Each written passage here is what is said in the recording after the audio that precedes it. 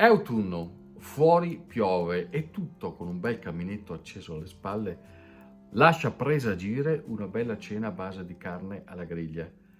Eh no, perché a Pozzolengo non funziona così. Cosa serve questo caminetto, Mauro?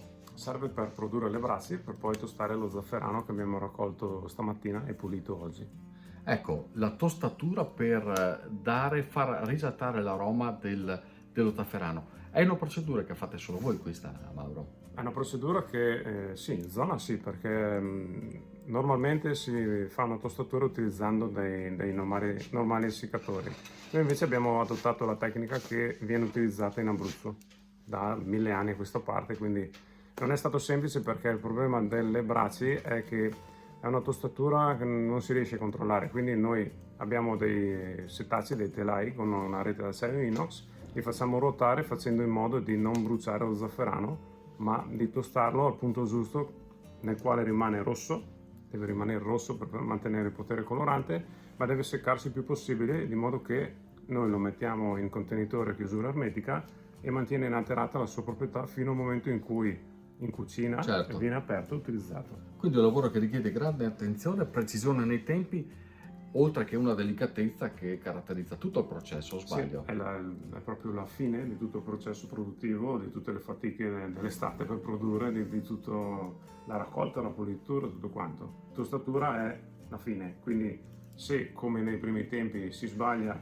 e si brucia lo zafferano, viene buttato tutto il lavoro di un anno. Questi sono gli stimmi che abbiamo appena pulito. Quelli freschi? Quelli freschi, esatto. Praticamente questi qua, se provi a sentire il profumo che hanno, è un profumo floreale, di fresco, sì, di verde, sì, di rosa. Esatto, di rosa.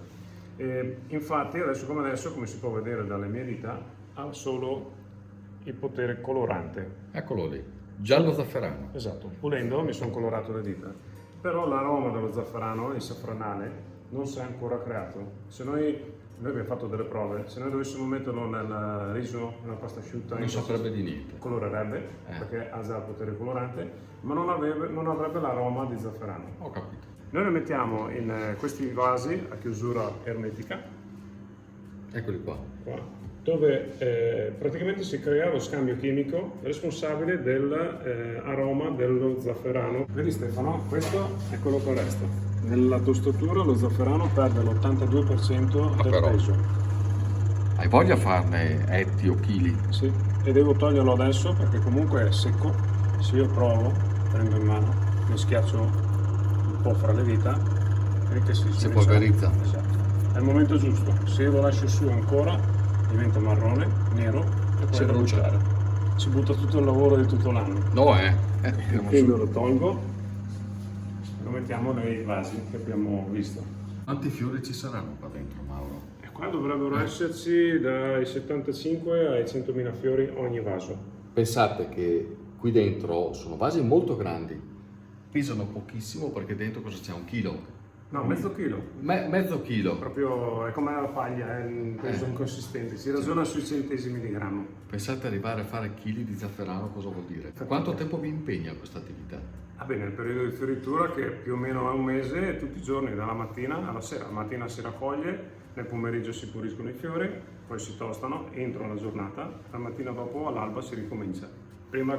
Possibilmente prima che il sole colpisca direttamente i fiori e inizi a decolorare gli stimi. Noi stamattina siamo andati, loro stamattina lo hanno raccolto lo zafferano, ormai siamo alle battute finali ed è un lavoro veramente duro, perché bisogna stare chinati tutto il giorno, che richiede tanta pazienza e soprattutto un impegno che deve nascere da una passione, altrimenti non si va da nessuna parte, vero? Sì, si va una passione. E per voi com'è nata questa passione? Ma per noi è nata perché comunque noi proveniamo da famiglia di agricoltori, quindi abbiamo sempre avuto dei terreni e nel 2000 mi sono chiesto cosa si potesse coltivare in piccoli appezzamenti come i nostri. Mi sono imbattuto nello zafferano, io conoscevo lo zafferano come conoscerà tanta gente in Italia, come una polvere. Allora mi sono interessato, visto che era una specie, era un vegetale, veniva coltivato in Abruzzo, sono partito, sono andato a trovare quei signori in Abruzzo con i quali siamo ancora amici, abbiamo molti amici altri produttori di zafferano un po' in tutta Italia. Abbiamo capito che era una piantina, era un croco, abbiamo provato a coltivarlo nel 2001 qua, con i primi 40 bulbi, attecchito, ha fiorito molto bene, poi gli anni successivi abbiamo fatto le analisi, abbiamo visto che era di primissima qualità e quindi abbiamo continuato aumentando sempre di più Certo. la quantità di bulbi. So che questa è una zona particolarmente avvocata, non siete gli unici produttori, o sbaglio? No, non siamo gli unici, abbiamo dato dei bulbi anche a altre persone. Ci siamo sempre chiesti come mai non ci fossero della storicità in questo tipo di coltivazione. Allora ci siamo interessati e abbiamo cercato in archivi, in librerie. Poi grazie a un'amica che si interessa appunto di studiare archivi storici, abbiamo scoperto che si parla di zafferano già dal 500 in questa zona. Agostino Gallo è uno dei primissimi agronomi che ha scritto le 20 giornate e appunto cita lo zafferano presente sui colli del lago di Garda, quindi già dal 500 veniva coltivato da queste parti. Tutto nasce in famiglia, Mauro? Sì, noi siamo una realtà familiare, se non ci fossero i miei genitori che sono in pensione e praticamente aiutano a 360 gradi nell'azienda, purtroppo in Italia è così. Non dà da vivere lo zafferano?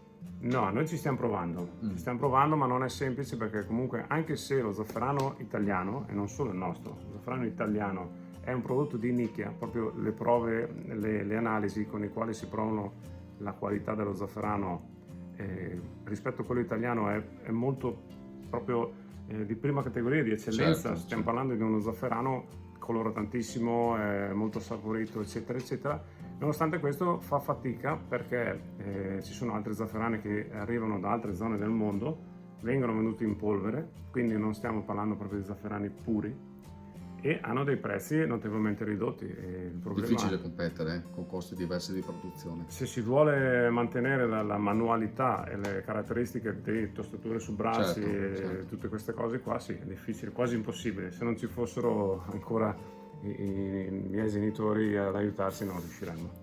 Cosa vuol dire zafferano purissimo? Il colore è un requisito che garantisce la qualità? Sì, noi possiamo chiamarlo purissimo perché la Camera di Commercio di Brescia ci lascia denominare il nostro zafferano come purissimo e pozzolengo perché appunto usiamo solo la parte rossa dello stigma, lo togliamo rimettendoci anche un pezzettino di rosso scartandolo, però così facendo possiamo chiamarlo purissimo. La polvere che si trova normalmente, se è rossa, è zafferano puro al 100%. Altrimenti per disciplinare si potrebbe utilizzare anche le altre parti del fiore, che sono gli stami gialli e tutti i filamenti che uniscono gli stami e gli stimmi fino alla base del bulbo. Va da sé che se io utilizzo solo gli stimmi rossi, la polvere è rossa. Se utilizzo anche gli stami gialli, la polvere comincia a diventare arancione. Se utilizzo tutti i filamenti bianchi che vanno fino al bulbo, la polvere sarà gialla. Ma però cambia il pregio allora. Ecco, la componente di zafferano all'interno di questa polvere è molto minore rispetto alla polvere rossa con zafferano purissimo. Questo è l'ultimo vaso che stiamo mettendo in questi giorni. Senti l'aroma. Sentiamo. Ah, beh, tutta è ancora un aroma, sì, è già verso l'aroma formato di zafferano finito. Però se senti c'è ancora una punta di verde, di oliva, si sente che si sta ancora formando, si sta ancora trasformando e formando il tipico aroma di zafferano. Adesso ti faccio sentire il primo vaso di quest'anno, quindi... questo è già tostato, ha avuto già tutto il trattamento? Esatto, e poi sentirai... questo è il zafferano formato. È un'esplosione qui, Sì, mezzo chilo di zafferano è abbastanza per, dovrebbe essere 30.000 risotti circa. Sì, quindi per stasera siamo a posto. Stasera siamo a posto. Possiamo invitare anche un po' di amici. Quindi 29.999. Esatto. Eccoci qua ragazzi, io Mauro e mezzo chilo di zafferano. Ciao ragazzi, ci vediamo alla prossima cantierata, magari davanti a un risotto st'altra volta. Grazie Mauro, sei molto gentile. A voi.